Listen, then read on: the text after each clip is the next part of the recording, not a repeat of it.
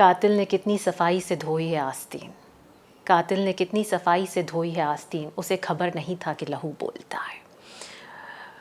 लेश मात्र भी कोई शक और शुबा नहीं है, मेरे पिता की राजनीतिक हत्या ही हुई है।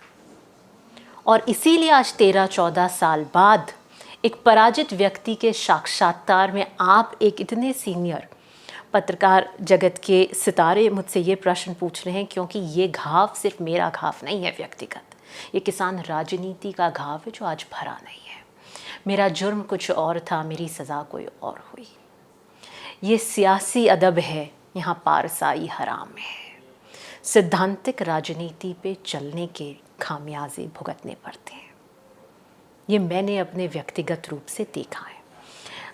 आप डर की एक बात कर रहे थे कि वो है, मैं मेरे जीवन में का सबसे बड़ा डर जिसे कहते हैं, एक राजनीतिक परिप्रेक्ष्य में अब मैं आ गई हूँ, तो शायद राजनीतिक रूप से अप्रासंगिक होना आप मानेंगे कि किसी का डर होगा। मेरे जीवन का सबसे बड़ा डर ये था कि एक कदम तो छोड़िए, मैं इस एहसास के साथ 4 पलकें नहीं झपक सकती कि हमारे घर में हमारे पिता नहीं होंगे। 2 दिसंबर 2011 की अरेस्ट की उस सूचना के साथ मैंने उस डर की आंखों में आंखें डाली। मैंने 10 साल तक खोजने की तलाश करी कि ज़िंदगी के मायने क्या होते हैं, ज़िंदगी क्या होती है, राजनीति क्या होती है। क्योंकि जब मैं पल बढ़ रही थी तो मैंने देखा था कि राजनीति स्वच्छ भाव से सेवा का माध्यम है और आप काम करेंगे। मैंने राजनीतिक असुरक्षा के भाव से मेरी पिता की राजनीतिक हत्या के कारण राजनीति का सबसे बदसूरत रंग सहा। मैं 10 साल तक जेल जाती थी उनसे मिलने, 3-3 घंटे इंतज़ार करती थी। आप एक कमरे से दूसरे कमरे में जाते हैं, उस सलाखों में, फिर दूसरे में जाते हैं और वो सलाखें नज़र आती थी और मैं इंतज़ार करती थी।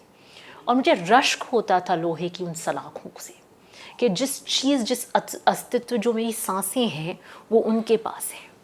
और मुझे लगता है कोई ना, हर अभिशाप आपको कोई ना कोई वरदान दे देता है। फौलाद की उन सलाखों से मेरा याराना दोस्ताना हुआ और शायद उन्होंने मुझे उस डर से मुक्त किया जो किसी राजनेता का डर भी हो सकता है।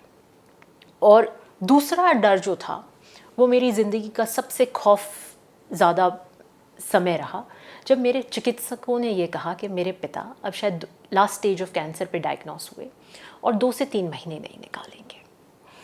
वो अलग बात है कि उनका फर्स्ट लाइन ट्रीटमेंट बहुत अच्छा चला, फिर वो 4 महीने 5 महीने निकाले और फिर वो कोविड हुआ और फिर अगले 3-4 महीने 5 महीने और निकाले। लेकिन जब आपको ये एहसास हो जैसे किसी एस्ट्रोलॉजर ने आपको आपकी कुंडली खोल के बता दी हो, कोई आप जाते हैं तो ये नहीं पूछते कि मेरी मृत्यु की तारीख क्या है, हम हमेशा भविष्य के स्वर्णिम चीज़ें सुनना चाहते हैं। तो एक पल मेरी ज़िंदगी का उस वक्त इस खौफ से निकला कि शायद अगर कोई चमत्कारी शक्ति है तो चमत्कार दे दे, मुझे जीवन में उनके साए के अलावा और कुछ नहीं चाहिए, मुझे और कोई आस ज़िंदगी की नहीं है। और 17 अक्टूबर 2021 को जब वो अपने जीवन से निकल कर हेवनली अबोर्ड की दूसरी यात्रा पर गए तो शायद मुझे उन्होंने सांसारिक इस भौतिक जीवन के जितने भी डर थे उनसे भयमुक्त कर दिया। तो मुझे किसी प्रकार का कोई डर असुरक्षा ग्रसित नहीं करती, क्योंकि मैं यातनाओं से, उन जबर के अंधेरों से और हज़ार मौतें मर कर आई हूँ। और इस बात के एहसास को मुझे और कड़ा कर देता है कि मेरी राजनीतिक विरासत सिद्धांतों और ईमानदारी की है। मेरी ईमानदारी मेरी संजीवनी है और मैं उस संजीवनी के साथ चलूँगी। उस सफ़र पर फिर क्या मिले ना मिले मैं इसका आकलन बिल्कुल नहीं करती।